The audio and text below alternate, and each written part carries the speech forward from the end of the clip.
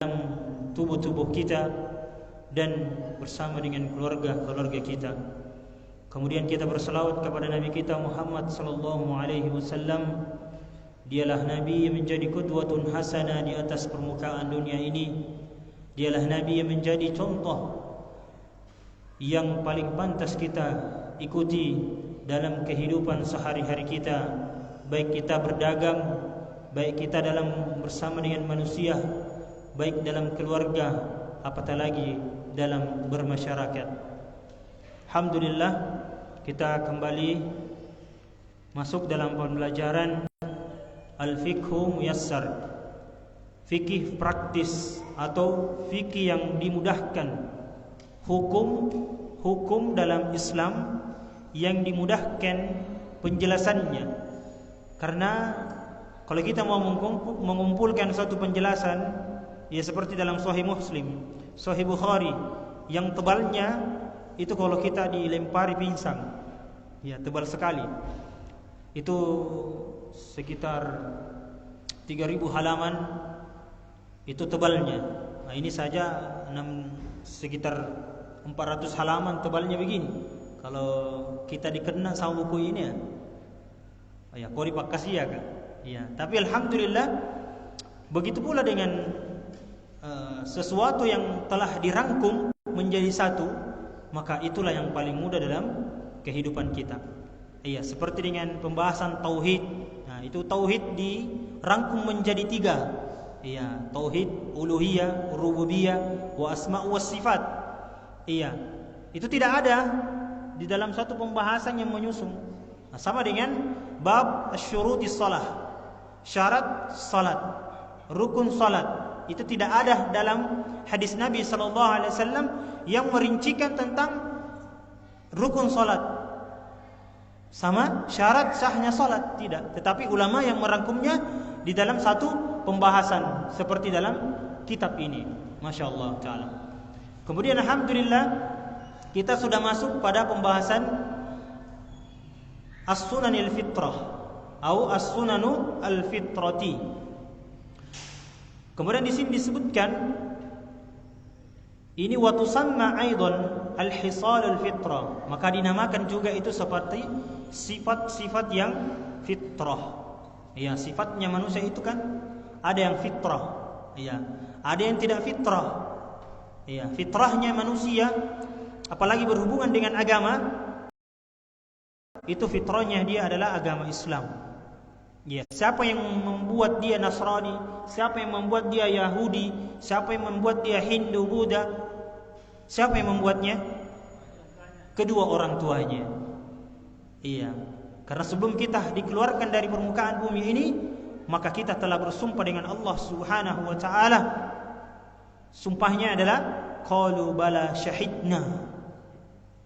Ya, kita sudah disumpah oleh Allah Subhanahu wa ta'ala. Maka Islam itu adalah agama yang fitrah. Ya, agama fitrah. Ya, makanya siapa yang mengambil suatu agama di luar dari agama Islam, maka tidak akan selamat. Karena ad-dinul Islam yakni ad-dinus salamah. Agama Islam adalah agama keselamatan.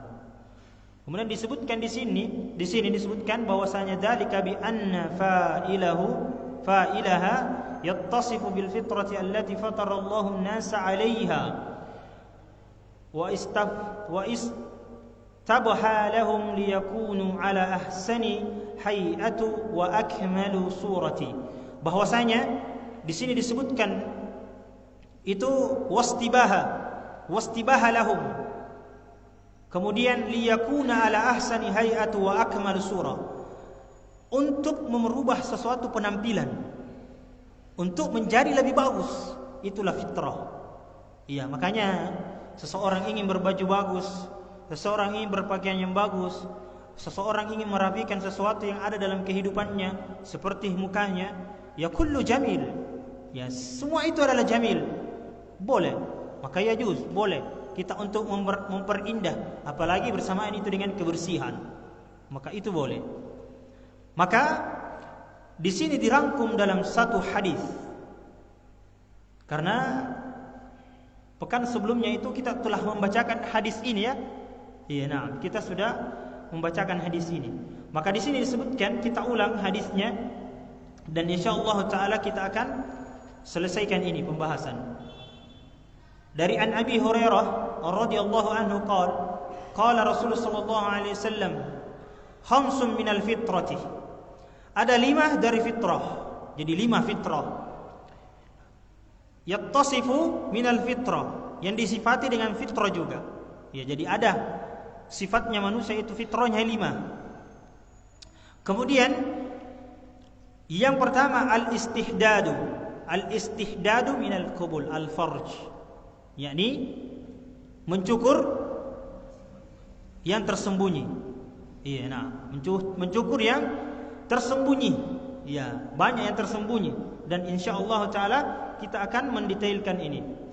Kemudian wal khitanu, kemudian sunat. Ya, dikhitan. Ya, dikhitan. Namun pada asalnya kita akan kembali tidak dikhitan kembali. Ya, ketika kita dipanggil dibangkitkan di padang mahsyar. Ya, ketika itu Aisyah bertanya, ya, apakah kita nanti itu saling melihat? Nah, tidak lagi. Ya, tidak kita nantinya di padang mahsyar itu tidak akan saling melihat. Iya, kenapa Anda tidak pakai baju? Kenapa Anda begini? Tidak lagi. Iya. Makanya di dalam Al-Qur'an Allah Subhanahu wa taala berfirman, "Fa iza ja'atis sakha yauma yafirrul mar'u min akhi wa ummihi wa abi wa sahibatihi wa bani likulli imri'in minhum yauma idzin sha'nu yughni."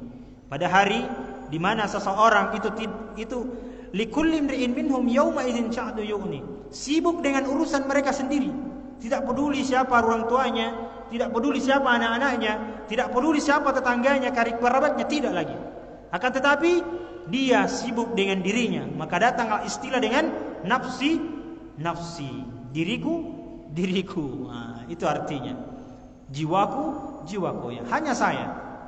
Tidak ada yang bisa mempertanggungjawabkan apa yang telah perbuat di dunia ini kecuali saya yang akan mempertanggungjawabkannya.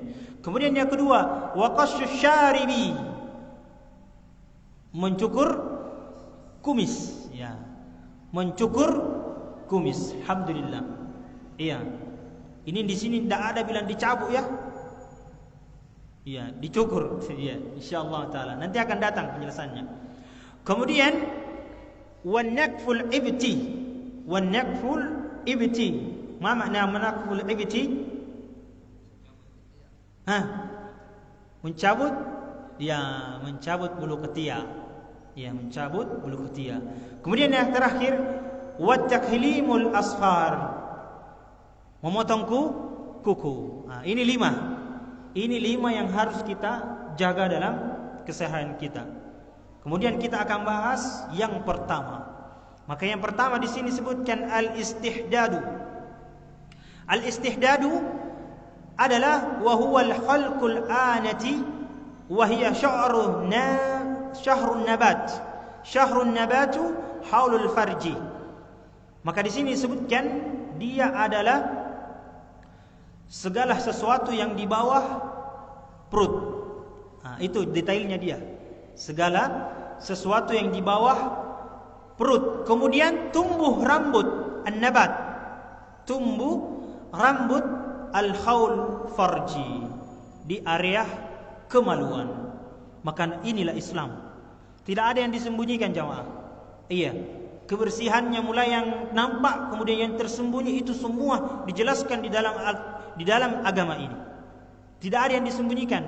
Bagaimana dengan orang yang haid, orang yang nifas, bagaimana seseorang ketika dia mau berkeluarga, ketika dia mau mendatangi istrinya, semua dijelaskan di dalam agama ini. Begitu nampak semua. Seperti ini, ya disuruh cukur bulu yang tumbuh di bawah perut. Iya. Kemudian samya bidzalikal al-isti'malul hadid fihi wa hiya al-musah. Maka di sini disebutkan itu demikian juga boleh dia menggunakan al-hadid, besi. Ya, besinya yang tajam ini jemaah. Ya, besi tajam. Ya, bisa juga pakai pisau. Ya, yang penting tajam. Iya. Yang penting jangan pakai parang ini jamaah. Iya. Ya, jangan pakai parang kalau masalah seperti ini. Ya, nanti tak lepus ki. Ya, membahayakan. Ya. Kemudian dan apa yang termasuk di dalamnya al-hadidi, yakni fihi wa hiya al-musa, yakni al-musa bermakna sesuatu yang tipis, namanya silet. Itu boleh pakai silet. Iya, sekarang sudah alhamdulillah itu siletnya makin keren juga. Iya, dia sudah ada gegangnya, sudah lengkap, sisa beli. Sisa kita tidak mau yang urus diri kita sendiri. Iya kan seperti itu. Kemudian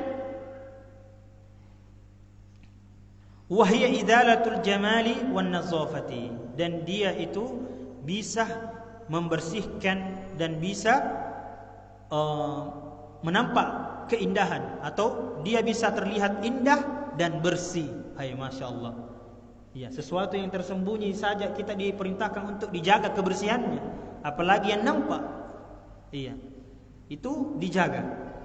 Kemudian di sini maka boleh juga wa yumkinu idalatuhu bi ghairil halqi kal mayzailati. Masyaallah ya.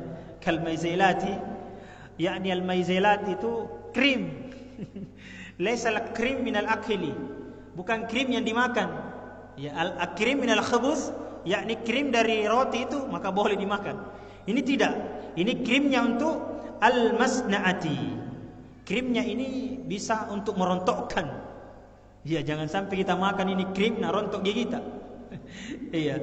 Jadi krimnya ini ya krim, makanya ada yang biasa dijual di minimarket itu, krimnya itu namanya apa ya? Perfect Clean. Iya, ada itu ya. Ada, apalagi namanya itu yang warna pink. Ya, fit. Ya, coba cari di toko terdekat. Iya, itu bisa dipakai. Tapi lebih aman pakai silet. Ya, jangan pakai parang. Ini bahaya ini kalau pakai parang. Ini yang pertama ya. Iya, makanya dalam satu hadis disebutkan bahwasanya kita tidak boleh membiarkannya selama 40 hari. Semuanya ini akan disebutkan. Jadi sesuatu yang tumbuh itu tidak boleh dibiarkan selama 40 hari. Ya, bukan 40 bulan. Ya, 40 hari. Itu lamanya. Ya, makanya 1 bulan lebih. 1 bulan 1 pekan. Kemudian yang pertama, setelah selesai al-istihdadu, mencukur sesuatu yang tersembunyi di bawah perut, maka itu disunnahkan untuk dibersihkan, karena itu adalah fitrahnya manusia. Jangan dibiarkan selama 40 hari. Kemudian yang kedua, al-khitanu huwa idalatul jildati allati taghatta'u al-khashafata. Masyaallah ya. Ini kalau bahasanya para ulama ini subhanallah ya. Ini agak dia. Ya, kita kapan salah sebut ini bahaya ini. Dia al-khitan adalah izalatu. Dia itu membuang al-jildati allati taghatta al-khashafata. Yang membuang kulit. Nah, jangan salah di sini. Ya, gampang ada di sini sebutkan wa huwa izalatul ra'sati laisa. Ya, jangan sampai yang paham saja bahasa Arab ini. Iya. Jangan sampai ada yang baca seperti itu. Iya. Ini parah ini. Wahidin dia kena kalau itu yang bacanya itu ya. Kalau bacanya wa huwa izalatu au wa hiya idalatil jildati, itu benar. Karena apanya yang dibuang? Kulitnya apanya firman? Yang menutup pada ujung zakar. Jadi yang menutup pada ujung kemaluan. Itulah khitan. Iya.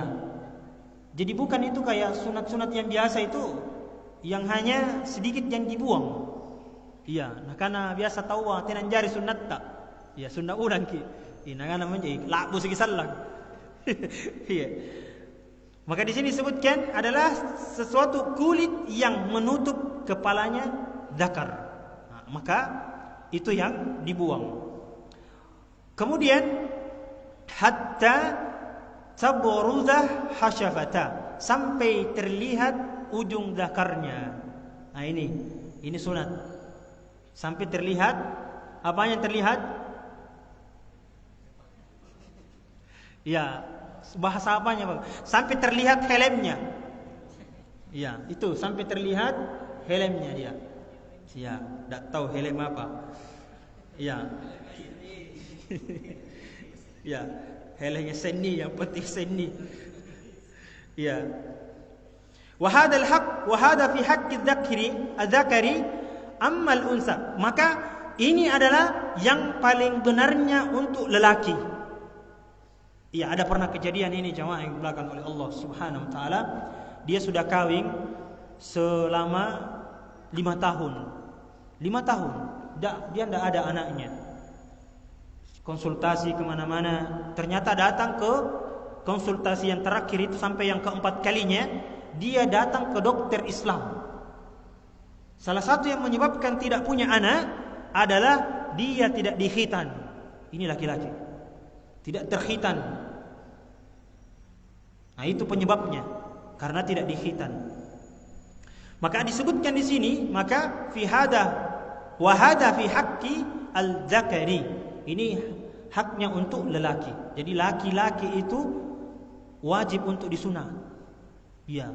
Ammal unsa faqata'a lahmati zaidati fawqa mahallil ilaji.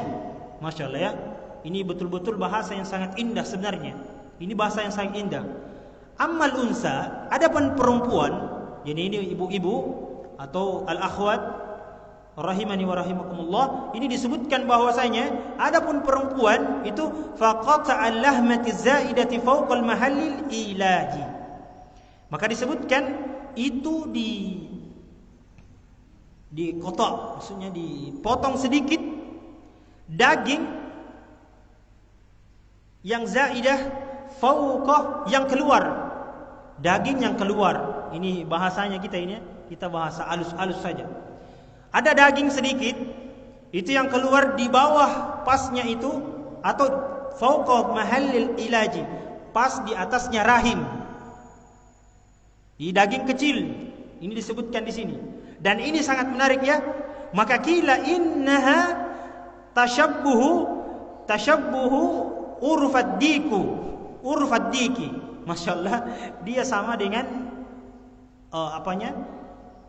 jengger ayam. Kenapa ditahu? Iya, dia sama itu jenggernya ayam. Apanya jenggernya ayam itu? Iya, tarangnya di sini ya. Dia mirip seperti itu ternyata jamaah. Iya, Allahu Akbar.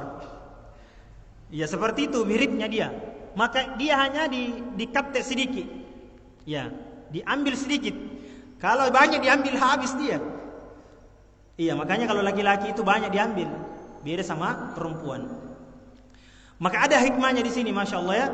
Wal hikmatul khitanir rajul itu tathhirud dzakari minan najasati wal muhtakhanati fil kulfati. Masya Allah ya. Bahwa di sini disebutkan adapun hikmah dari khitan. Maka adapun hikmah dari khitan, hikmah dari sunat itu adalah membersihkan dzakar, membersihkan kemaluan, minan najasati, dari najis. Coba lihat orang yang tidak disunat. Ya, tidak diambil daging yang menutup helmnya. Itu kan dia kalau kencing pasti kena ujungnya. Iya. Pasti akan dia membatalkan solatnya. Makanya inilah hikmah dari khitan.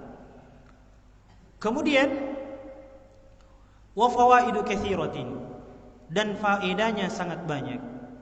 Kemudian di sini disebutkan al-muhtaqanati minal kulfati itu yang tertahan di balik kulit yang menutupi ujungnya. Masya Allah, sekarang di sini itu, maksudnya di negeri kita, terutama di Indonesia itu sudah banyak modern sunatnya. Iya.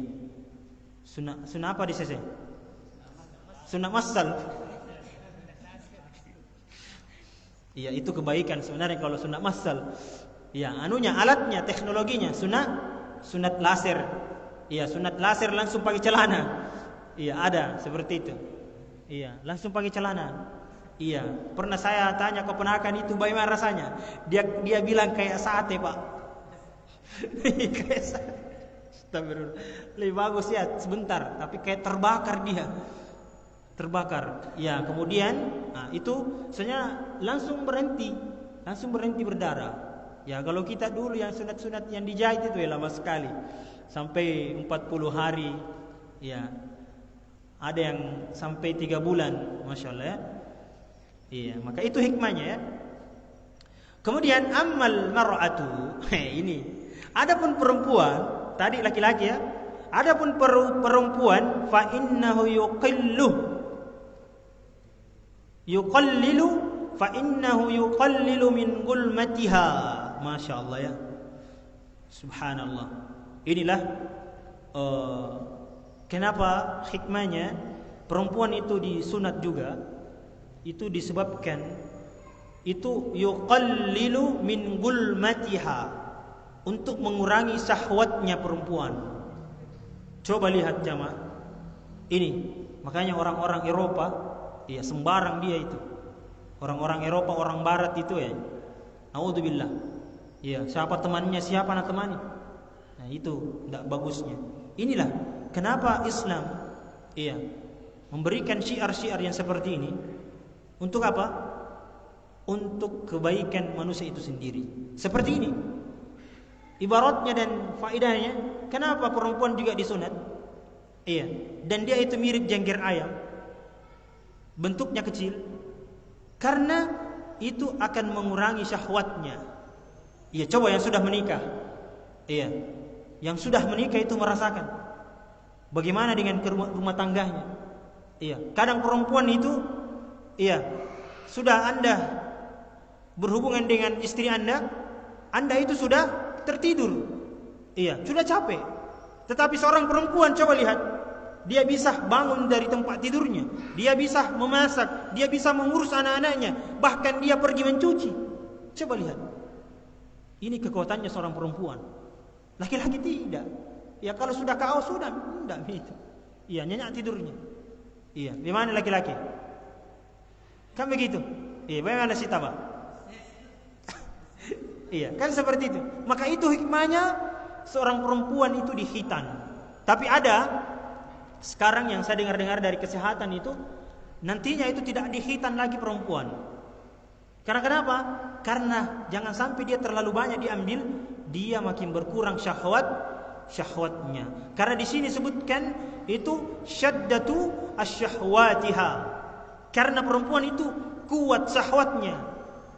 Ya beda sama laki-laki jamaah. Ya perempuan itu kuat syahwatnya. Makanya ditahan sedikit dengan al-khitanu. Maka diambil sedikit dari khitan. Maka di sini disebutkan wa yustahabbu an yakuna fil yaumi as-sabi lil mauludi. Maka disunnahkan itu pada hari ketujuh untuk di hari kelahirannya, li'annahu asyra'u lil bar'i waliyansha'ah as-saghirah ala akmali halin. Masya Allah, di sini disebutkan bahwasanya disunnahkan di hari ketujuh, di hari kelahirannya itu seorang kalau dia perempuan maka boleh diambil sedikit. Itu kalau perempuan. Sama dengan juga lah laki-laki, tapi bahaya kalau masih anak-anak. Ya, biar tumbuh dia sampai dia umur balik baru bisa disunat. Tapi itu boleh. Itu boleh. Agar kenapa? Lian sya'ah as-saghir ala akmali halin. Karena kalau masih kecil itu orang terkadang itu luka cepat kembali. Tidak terlalu sakit kita rasa. Iya, berbeda sama besar. Iya. Firman umur berapa disunat? 20 tahun. Iya, rata-rata itu 15 sampai dengan 17. Ada bahkan SD ya. Paling minimal itu SD kelas 6. Iya, SD kelas 6. Ya kalau masih kecil ya masih lukanya itu masih cepat kembali. Jangan sampai di sini ada yang belum disunat.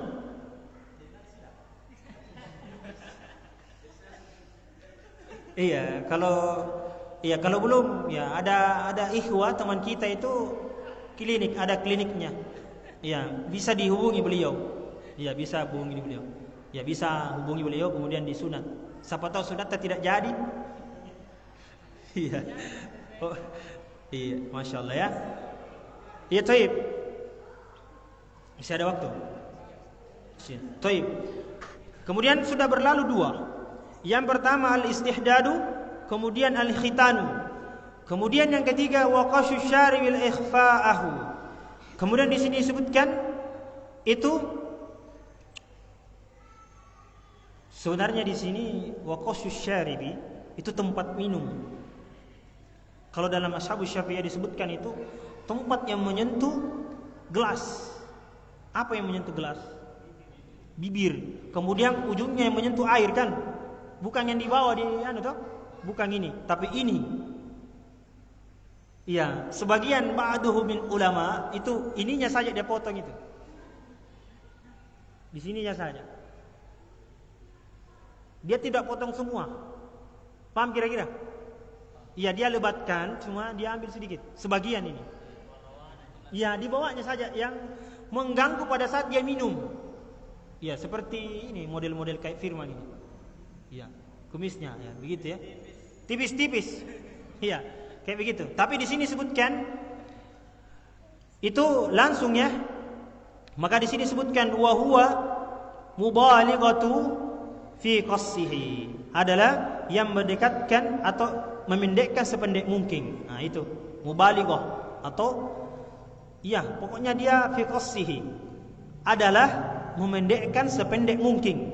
Jadi bertindak sampai habis. Iya, kalau habis lagi ya ini yang menjadi nanti pertanyaan.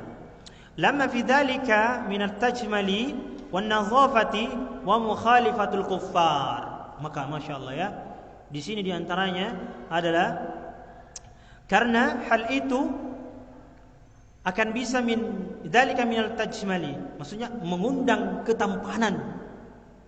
Iya. Beda dengan orang-orang Yahudi ya. Orang Yahudi itu kasih panjang kumisnya sampai bisa diputar-putar. Iya, itu orang Yahudi. Diputar lagi begini. Itu kumisnya. Iya. Dan di jenggotnya juga dikasih panjang. Ya cuma bedanya dia tidak potong kumisnya. Iya, dia cara beribadahnya dikasih begini di hadapan batu. Nah, di dekat Masjidil Aqsa. Kemudian di sini disebutkan wan nadhafati dan mengundang juga kebersihan.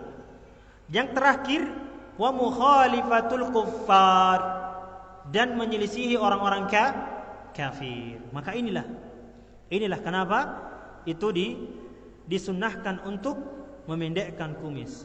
Wa qad waradat al hadits as-sahih fil hassi ala qassihi.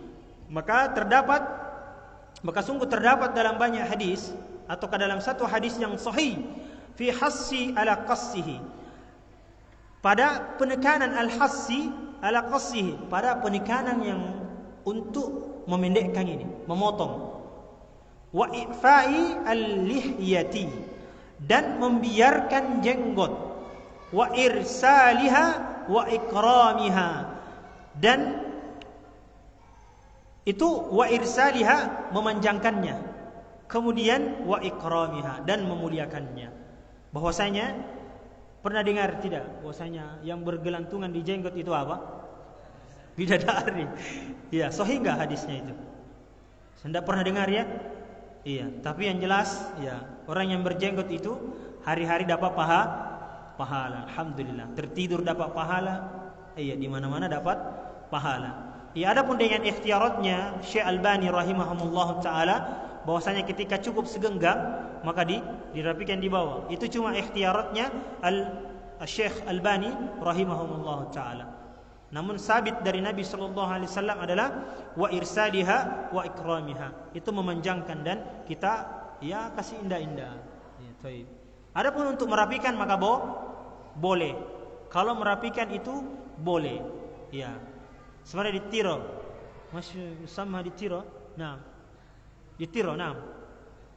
Antum ditiro. Iya, nah.